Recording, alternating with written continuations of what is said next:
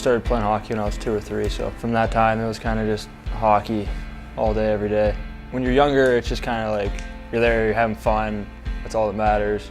Whenever you go take the next step, kind of like junior, I guess you could say for me, there's a lot of questioning. Even if you are doing well in junior, doesn't mean necessarily you're going to do well in the NHL. So I never really thought to myself, I am good enough. It was just, I need to be good enough.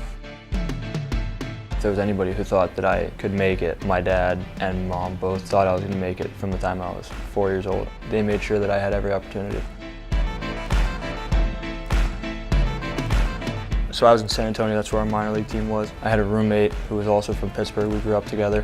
We were at our apartment. It was a trade deadline, and we were reading through like all the headlines on TSN and everything, and Marcel Gotch, who was in Florida, got traded to Pittsburgh, and we were kind of like reading through scenarios like, hey, this could be it. He's a centerman, I'm a centerman, and I got a call from Daletown in Florida, said I was getting called up, and I was gone the next day, and I played Buffalo my first game, and then Boston the second game.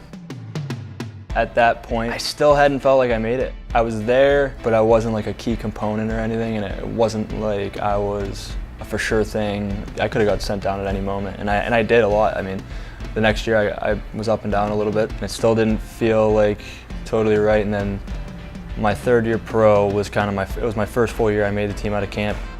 I remember we had a preseason game in Nashville, and I shattered my nose in the game, and I was talking to our GM, and he was like, you could get it fixed, you'll be out a couple weeks, you never know what could happen though, another guy could beat you out.